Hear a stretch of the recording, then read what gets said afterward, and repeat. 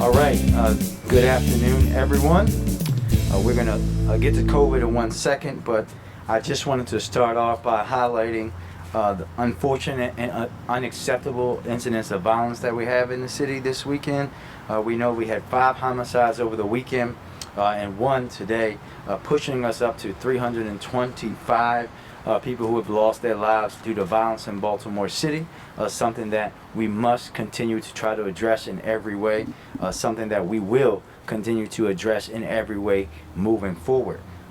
As of today, we have 29,328 reported cases of COVID-19 in Baltimore, 367 people hospitalized with COVID-19 between ICU and acute care.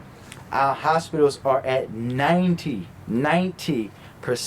ICU capacity and 86% acute care capacity at this time. And we have now reached a grim milestone in Baltimore. We are now at 603 deaths from COVID-19. 603. I think it goes without saying, but I'll say it again.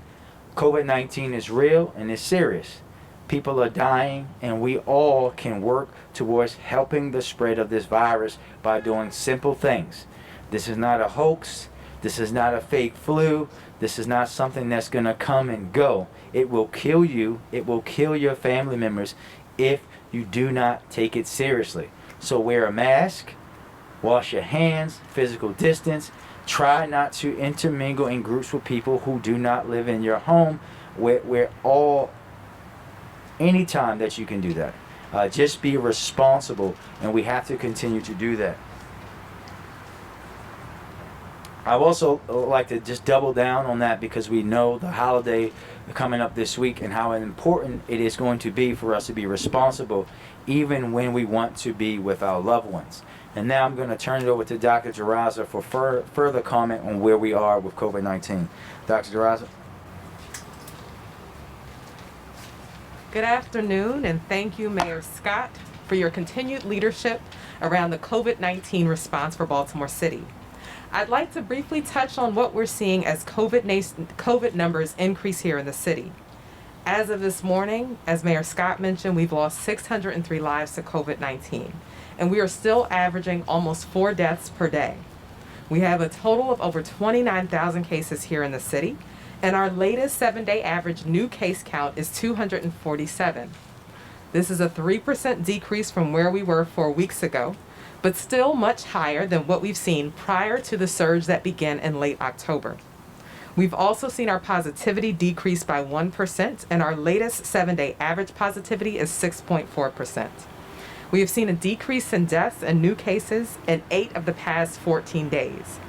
As Mayor Scott mentioned, however, our hospital utilization rates remain worrisome, with ICUs at close to 90% capacity and our acute care capacity shortly there behind it at 86 to 87%. In summary, we have seen a slight decrease in new cases reported and a slight decrease in overall positivity in Baltimore City. While these metrics are somewhat encouraging, we are not out of the woods yet, and more time is needed to see whether these trend lines will continue to decrease. With the end of the year holiday season upon us, it is vital that Baltimore City residents continue to follow the current Phase 1 restrictions in order to further decrease the strain on our hospital system. As we said in November for Thanksgiving, this holiday season, please continue to avoid celebrating with individuals outside of your immediate household this week and next. The current executive order limits Baltimore City gatherings to 10 people or less indoors and a maximum of 25 people outdoors. Again, in Baltimore City, we have reached widespread community transmission, and it is safe to assume that people not in your household could be carriers of COVID, even if they aren't showing symptoms.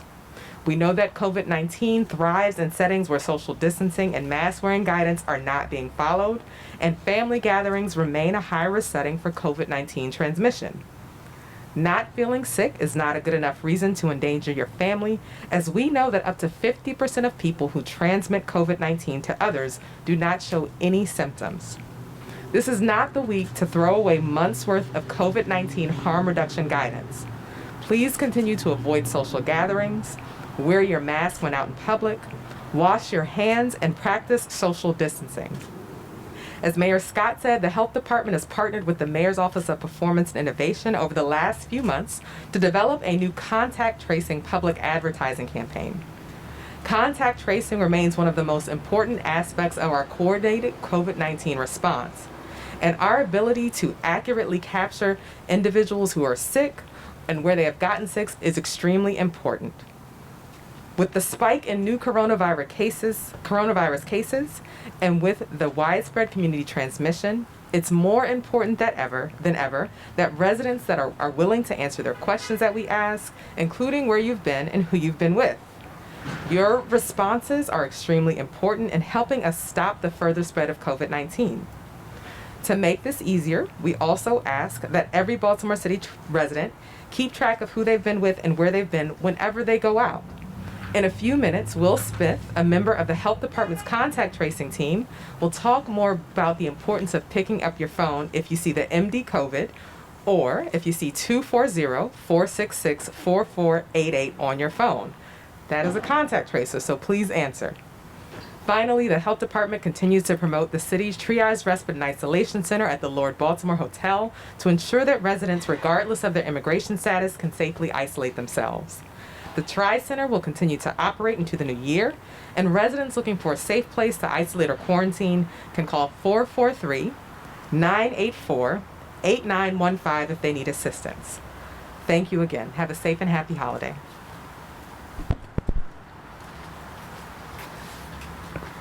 Thank you, Dr. Joe. Today, I am proud to debut a new campaign, Baltimore versus COVID, to encourage residents to answer contact tracing calls from the Baltimore City Health Department and the Maryland Department of Health. This is a joint initiative between the Mayor's Office of Performance and Innovation and the Baltimore City Health Department. Contact tracing is a key part of the public health toolkit for fighting COVID-19.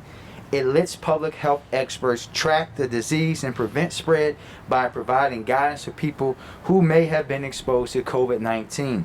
But in order to get that critical information, we need people to pick up the phone and answer honestly. Don't be ashamed. If you were able to, go out and be out and someone, you came in contact with COVID, let us know. Because it could save their life, it could save your life, someone that you know's life. Share that information. Don't hold back. Pick up the phone and give them all of the information about where you are. Be responsible in helping us track down what is going on with COVID. The new advertising materials from our Baltimore versus COVID health campaign features messaging based on insights from focus groups with Baltimore City residents, city contract tracers, and public health experts. The materials also feature our local residents and language unique to Baltimore. Based on these insights, the new advertisements address common concerns about privacy, data collection, and distrust of government that prevents some city residents from answering and completing contract tracing interviews. I am thrilled to launch this campaign as this is a critical time when we need everyone to play their part in safeguarding the public safety and health of our Baltimore community. I cannot stress enough, when MD COVID calls, it's your duty to answer the phone. I will now turn it over to Mr. Will Smith, Senior Manager of our Baltimore City Contract Tracing Program, for a few additional comments. Mr. Smith? Good afternoon. Thank you, Mayor Scott and Dr. DeRaza, for all of your work in leading our city in this pandemic, but also for the work for supporting the contact tracers in Baltimore City. My name is Will Smith, and I grew up in the Park Heights community of Baltimore City. I am also, as Mayor Scott said, Senior Manager for the Case Investigation Contact Tracing Team for the Baltimore City Health Department. And on behalf of Baltimore City's contact tracers, I'm here because we need your help. When contact tracers ask you where you have been, we know that's personal information, and giving that information to someone you don't know personally can make you feel uncomfortable. But the health department has used contact tracing for decades to track the spread of infectious disease. If you've ever received a call to notify you of a partner's STD or a call from your child's school about measles, that was contact tracing. It is a proven way to limit the spread of the disease and to provide resources to folks in a difficult time. But even the best contact tracing program cannot be effective without the cooperation of the public. Today, I'm asking all Baltimore residents to honestly answer the call when the health department calls you. If you see MD COVID or 240-466-4488 on your phone, that is us. Please answer. We are now seeing a huge spike in coronavirus cases, and it is more important than ever that residents are willing to answer questions, including where you've been and who you've been with. Let me clear a few things up. We do not, again, let me emphasize that, we do not share your personal information with anyone, not the police, not immigration, not IRS, no other agency. We are the health department, and the only reason we need this information is to help you, help your family and your friends from becoming sick, and also help those that are sick. Too often when we call, residents will tell us that they went out and they were with folks, but they've forgotten their best friend's address or they've forgotten their cousin's phone number. All of us in contact tracing got into this work because we were impacted by COVID-19 personally. We care about your health and we care about your privacy. We don't snitch to your friends when we call them doing contact tracing investigation. But when you don't share that information, you are putting not only your friends in danger, but your friends' families and your friends' loved ones. They need to know that they've been exposed to a dangerous virus and that they can spread it to others. Contact tracing isn't all investigative work. We also provide information and resources on where to get tested, if you've had close contact with someone with the virus, how to quarantine at home while you wait for results, and how to isolate safely if you yourself have COVID-19. If you test positive, we can arrange transportation, provide options to isolate safely, connect you with free groceries, and even give you doctor's notes for your employer when you're safely quarantining or isolating. But we can only help you if you're honest with us. When we ask you, can you safely isolate at home, if you have a large family, or if you're staying, if you have friends staying over, and if you're taking care of elderly residents, let us know so we can help. We will call you to follow up. Please pick up. Let us know how you're doing and what assistance you need. We have numerous resources. The coronavirus does not discriminate.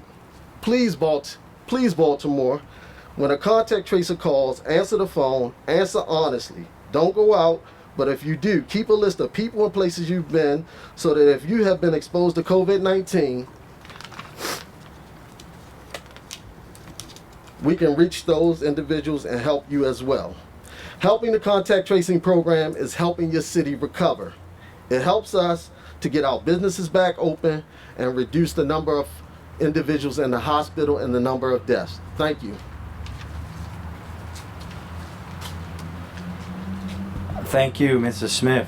I would just like to point out that I myself have heard from the contract tracers. They do very professional work, and this again is about us being responsible to our loved ones in our community. So pick up the phone, please.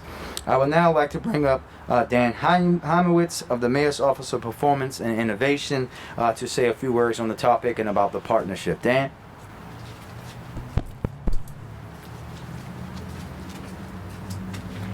Thank you, Mayor. So first of all, thank you to Mayor Scott for supporting this campaign, and also to the Health Department for the opportunity to work together on this really, really important project. The Mayor's Innovation Team conducted research to understand local challenges and also national best practices connected to contact tracing. This campaign is also data informed.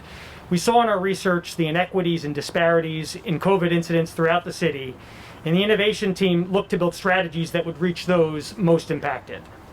The innovation team then led creative workshops with residents and contact tracers to create the messaging for this campaign together. We learned so much from residents through this process. You've heard it referenced earlier, the point that residents are concerned about privacy and data collection. This and other concerns that we heard and learned about through the research process will be directly addressed through the campaign. We're hoping that this campaign leads to more people keeping track of their contacts, answering the phone for MD COVID, and providing contacts to the tracers. And of course, all aimed at stopping the spread of COVID-19. Thank you.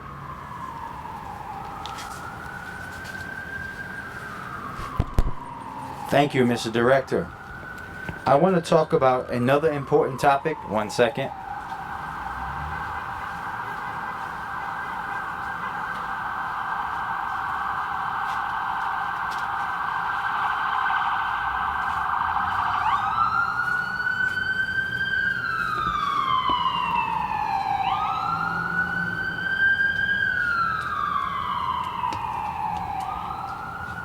Thank you for your patience. I want to talk about another important topic that involves our nonprofit community, particularly during these challenging times. Our nonprofits have helped to keep our city afloat.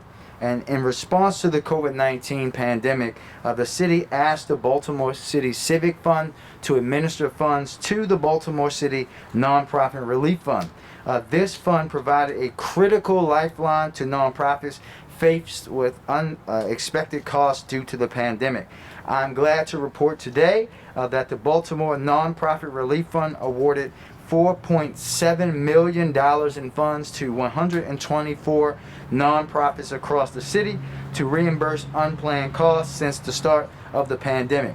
To be eligible, organizations had to be a 501c3 or fiscally sponsored by a 501c3 as designated by the IRS, located in Baltimore City, and work with Baltimore City residents.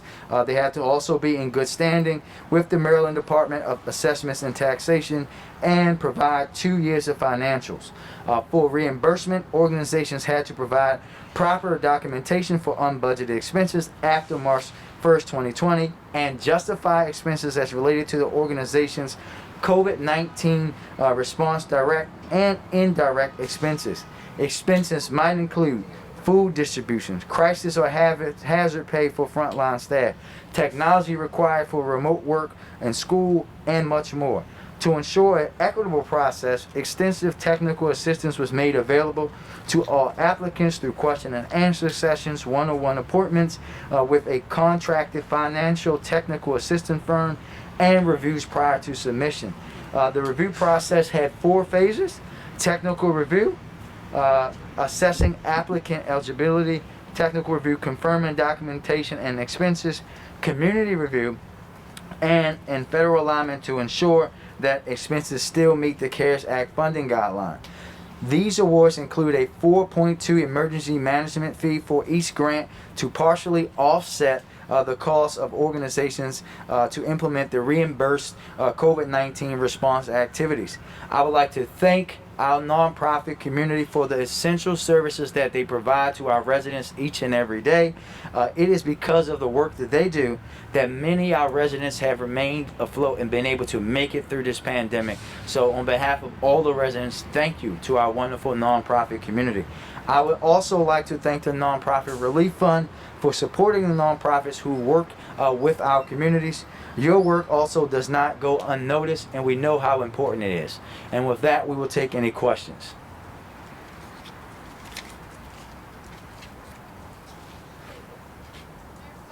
No, I can't hear you. It should be on. No, it's still not working. So you could just talk.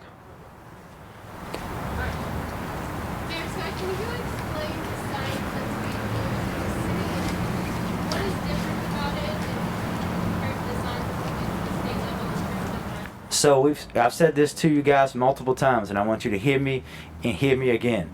The science that I use, the same advisors that I have from outside of Dr. Jaraza, that are from Johns Hopkins are the same ones that the governor has. There's no difference in the science. The science is the science. We know that you stood here and you saw Johns Hopkins send representation that stood with us that said this is what we should do based off the science. That's the science. I'm not a doctor. You're not a doctor. The governor's not a doctor. I am following the advice of public health professionals in the science that we have. Next question. Dr. Barraza, can you explain what role, if any, the city has when it comes to vaccine distribution? Do you have an appointment yet yourself? When will you get vaccinated? Yeah, that's a great question. So the vaccine will roll out in a couple of different phases. And I believe this is also posted on the Maryland Department of Health website because we work directly with the state on a rollout plan. We also have a citywide vaccine planning group that includes other city agencies, the city safety czar as well. So phase 1A is focused on hospital distribution. So hospitals receive the vaccine directly and they will administer healthcare workers in their facilities. And it also includes long-term care facilities, residents, as well as staff. And likewise, long-term care facilities will work. They have a federal pharmacy partnership to do the initial distribution. And the next phase, phase 1B, that's where we start to look at first responders. And so that's where the health department will come in. We have not yet received vaccine, but we do anticipate in the coming weeks receiving vaccine. It won't be enough for all first responders. So similar to hospitals, we will have to do sub-prioritization within the first responder group. And so our team, again, is working closely with other city agencies, working closely with the state to develop guidelines for what that sub-prioritization will be once we do get vaccine. In the future, so weeks down the line, when we have more vaccine available, that's when we'll get to the point of mass vaccination for the general public. But that's phase 2 and 3, not necessarily phase 1A, 1B, which is where we are now. And do you have a timeline as to when you'll get vaccinated? Not yet. I would like, again, for my frontline staff, so those people who are out vaccinating people, those people who are interacting with patients at testing sites, they have priority over me. Thank you. And before we close out, I know we led into it, but I want the police commissioner to come up and just talk again a little bit more about the violence from this weekend. I think that we know that one incident is too many, but we had 5 this weekend. One in particular where we know we had 2 victims. We know that those victims were in Baltimore City and trying to illegally sell a gun for some reason or another. And we know that it talks about the significance of what we have to do in our city. Focusing again on the folks committing the violence and violent repeat offenders in these small groups, focus again on guns that are coming into our city, but also focusing in on our ability to deal with addiction and all the other things that are helping to drive violence in the city. But wanted the commissioner to specifically speak to this weekend's incidents. Mr. Commissioner? Thank you, Mr. Mayor. And so as the mayor said, we did have 5 homicides. We had 7 non-fatal shooting incidents. And in one of those homicides, we had information that 2 victims were in a vehicle attempting to sell a firearm, likely to someone they knew. In another incident, we have strong information that 2 other victims likely knew their assailant, and that investigation is ongoing.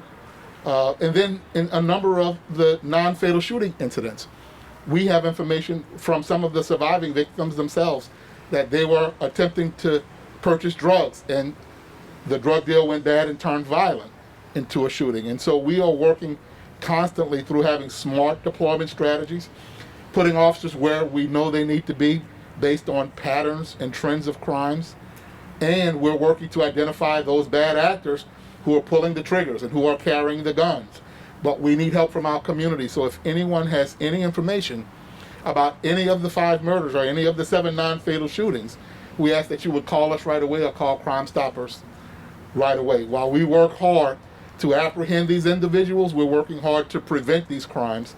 As the mayor said, we're going to be working in partnership with everybody to make sure we can deal with the addiction issues and the retaliation issues that are driving the violence here in Baltimore. Thank you, everybody. Yes, ma'am. There's a photo going around of you radio station that said that you were shopping in a sporting goods store in the county. Is that true? If so, what do you think? I had a feeling you would ask that question today. So let me be very clear. I don't think that the young man and young women that I'm shopping for who need help and their families need help, I don't think they care about where their tennis shoes come from. And for folks to understand that, and to the man who took the picture, let me say this: real men don't hide and sneak and take pictures. Real men take it with the camera right in your face. This is about me doing something that I've done, and I know you guys like to do research, so you guys can go on my Instagram and Facebook and do it for the last few years.